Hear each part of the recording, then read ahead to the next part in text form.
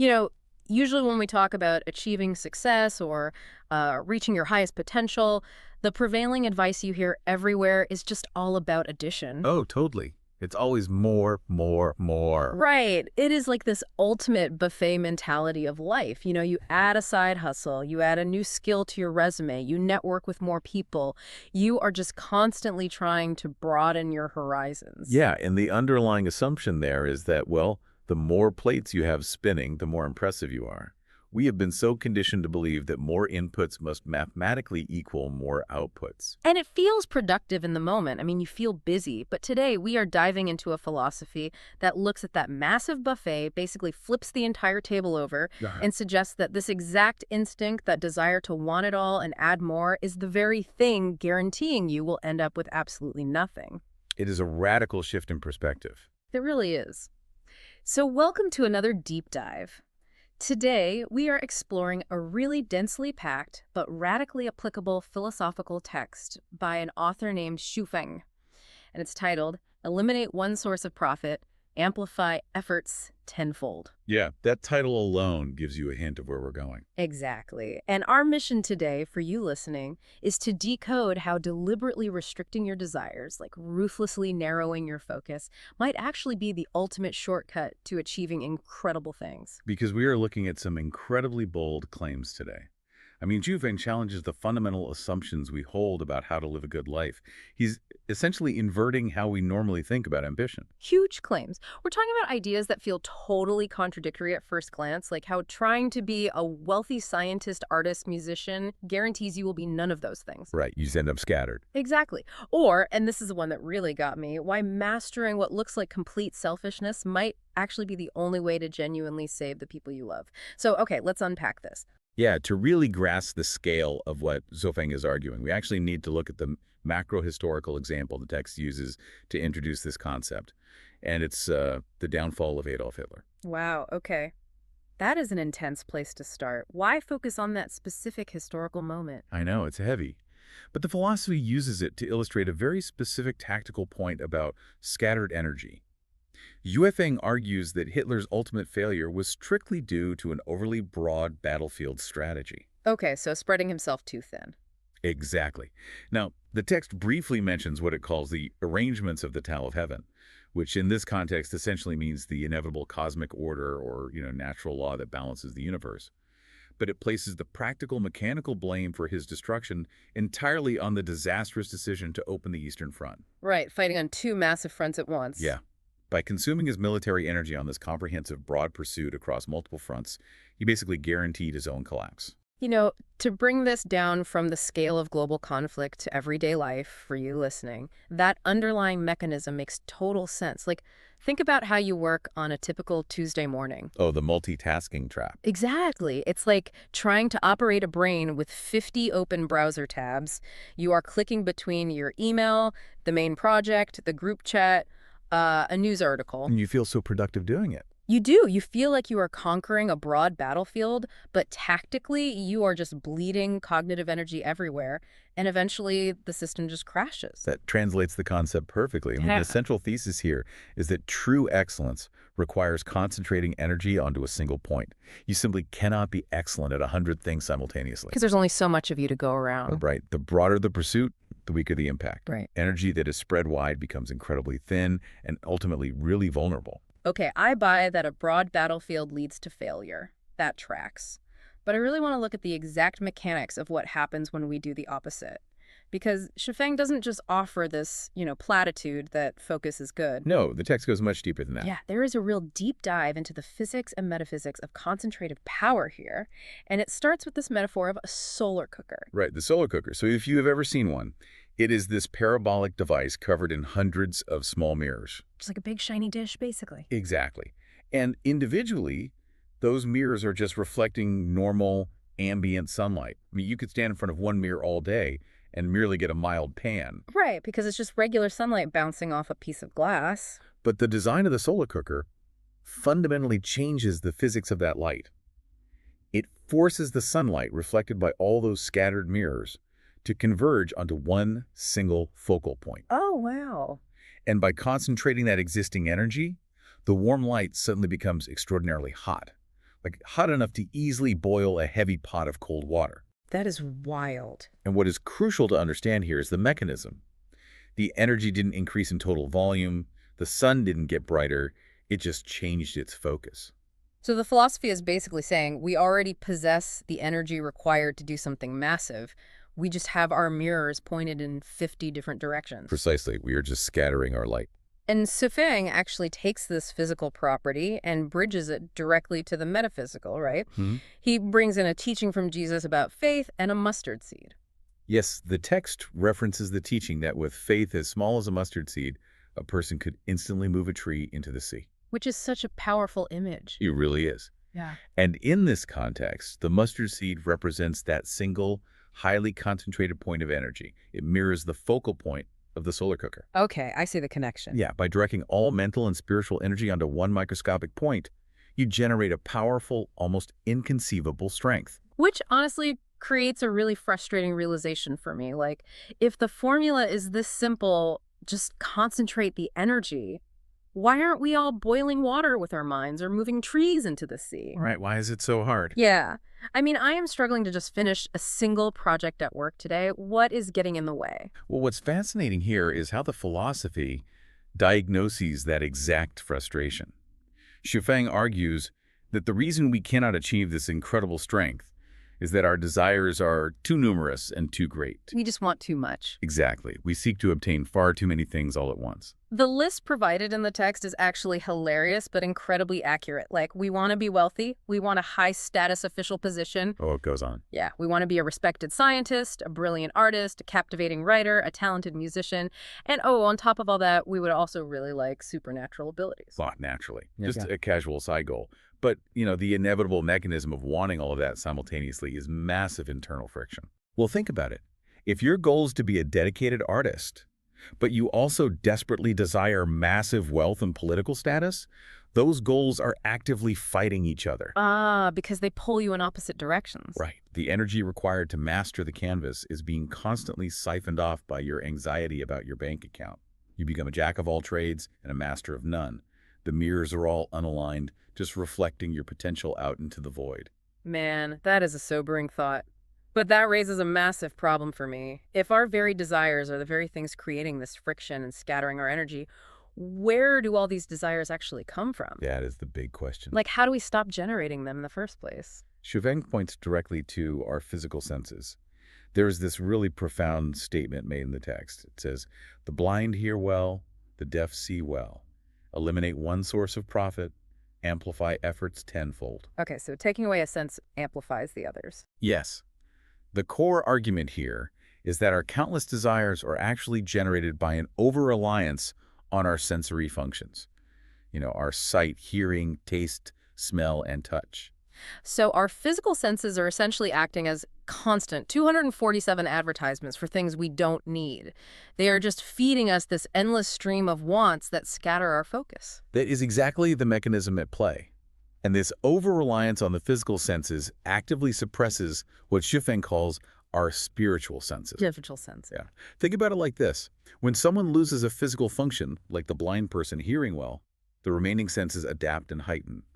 The philosophy takes this further, suggesting that if we intentionally limit our reliance on all physical senses, our deeper, more profound spiritual senses can finally activate. I understand the logic, I really do. But I have to push back a little on how extreme this gets, because the text doesn't just say, maybe look at your phone less. No, it goes much further. Yeah, Shuofeng introduces this wild hypothetical scenario of being suspended blindfolded in midair with your ears covered, relying entirely on spiritual senses to perceive the world. There's even a claim that life could theoretically be sustained by mental energy alone. The very dramatic image. Right. Like, is he literally asking people to float in a sensory deprivation void? Well, we have to view this as the ultimate philosophical ceiling of this idea. Shuofeng is using this extreme hypothetical to illustrate a point about complete autonomy and detachment. Okay, so it's more of a thought experiment. Exactly. The argument is that as your spiritual senses sharpen, your reliance on the physical body, and therefore your vulnerability to all those physical desires, decreases. If you reached a state where you barely needed sensory faculties, you would theoretically possess ultimate control over your own existence. Control meaning you could just choose whether to engage with the world or not, because nothing in it has a hook in you anymore. Exactly that level of autonomy. In such a hypothetical state, you could leave the human world at will. Or, if you choose to stay, you could freely enjoy life, experiencing the world without being enslaved by the desire to own it or consume it. Because you don't need it. Right. The mechanism being described is that complete detachment from physical needs equals ultimate control. When the physical world cannot tempt you, it simply cannot manipulate you. I hear that, but practically speaking, detaching from the physical world to that degree sounds incredibly isolating. I mean, what happens to the people around you? This philosophy demands a severing of conventional ties, and Shofeng actually tackles this by bringing in teachings from major spiritual figures, right? Yes, the ideas here align with several major traditions. For example, Jesus asking his disciples to leave their families and properties. Which is always a tough pill to swallow. It is. And then there's Lao Tzu teaching us to put ourselves last in order to be first, which basically means externalizing our conventional life to preserve our true inner selves. Right, detaching from the ego. And similarly, the Buddha teaching that pursuing supreme enlightenment wisdom requires breaking free from the very notions of self, others, and lifespan. We can understand that practically as achieving ultimate clarity, completely unburdened by ego or attachment. Okay, I have to stop here and really wrestle with this. Because I imagine you listening are feeling the exact same skepticism I am right now. It's a very challenging concept. It really is. Abandoning your family, giving up your loved ones to go achieve your own personal enlightenment, it just sounds like a massive cop-out. To be honest, it sounds incredibly selfish, like an excuse for a deadbeat parent to just walk away from their responsibilities under the guise of spiritual growth. How does this philosophy possibly justify that kind of abandonment? I get that reaction. But if we connect this to the bigger picture, Schwefeng argues that this detachment is actually the highest form of compassion. Compassion, how? He calls it a way to better direct our emotions. And to really explain the mechanics of why that is, we have to look at the drowning swimmer analogy from the text. Okay, walk me through that. Imagine your parents or your children are struggling in the water, drowning in a vast ocean. Your immediate instinct, naturally driven by deep emotional attachment, is to jump right in and save them. Of course, you wouldn't even think twice. But Zufeng asks a harsh, purely logical question. If your on-swimming skills are inadequate, what actually happens when you jump in? Oh. I mean, you both drown. You just become another casualty. Exactly. You just pull each other under.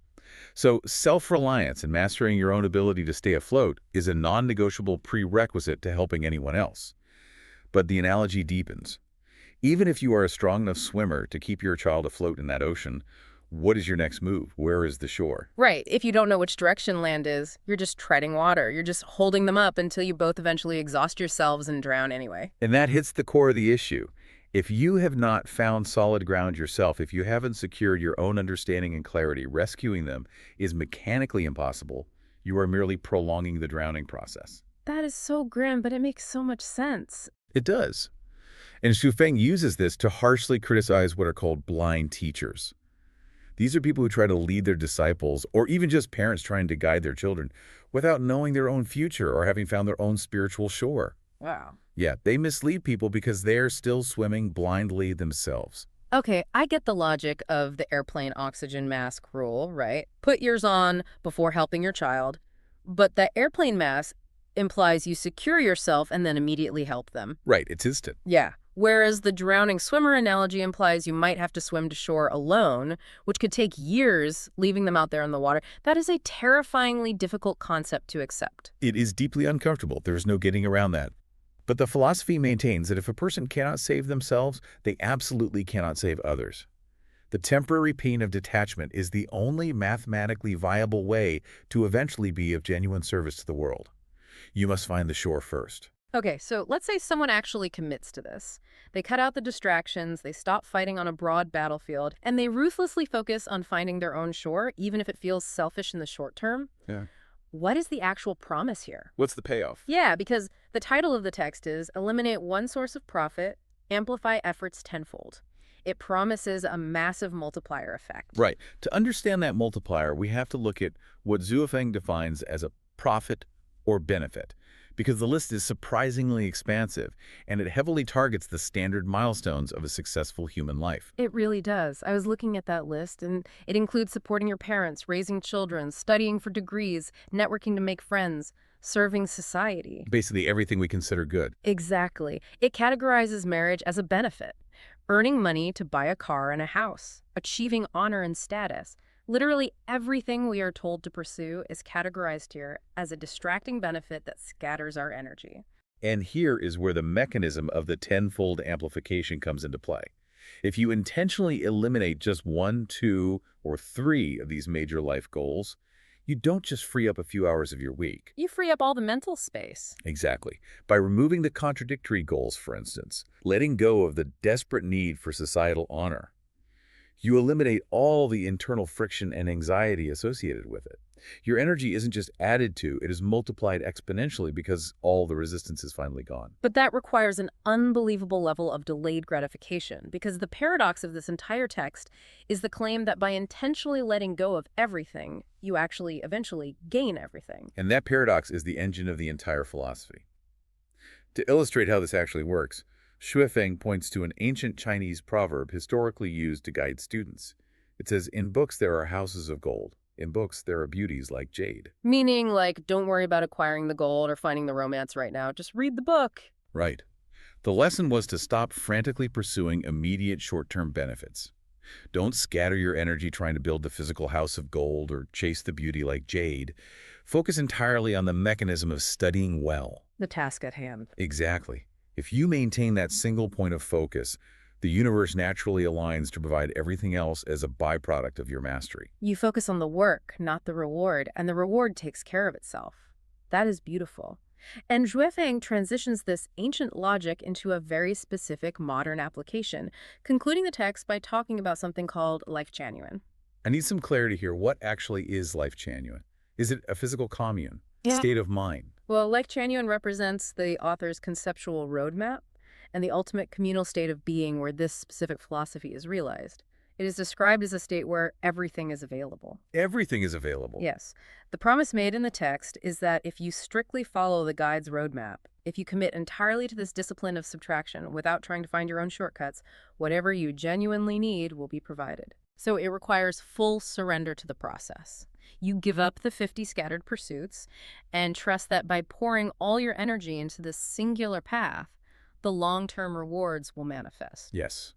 The central guarantee is that gradually eliminating those few sources of short-term immediate benefits is the only reliable mechanism to quickly generate immense long-term power and reward. Wow. So what does this all mean? We've covered some truly intense ground today. I mean, we started by examining Hitler's fatal strategic blunder of the Eastern Front, seeing how a broad battlefield literally guarantees collapse. Right. And then we looked at the physics of solar cookers, learning that we don't need more energy, we just need to align the scattered mirrors of our desires. And we wrestled with the incredibly difficult morality of the drowning swimmer, recognizing that uncomfortable truth that you must secure your own footing on the shore before you can possibly save anyone else from the ocean. Yeah, that one will stick with me. And it all culminates in that ancient proverb about houses of gold hiding inside books. Every single one of these concepts points back to one profound truth about human capability.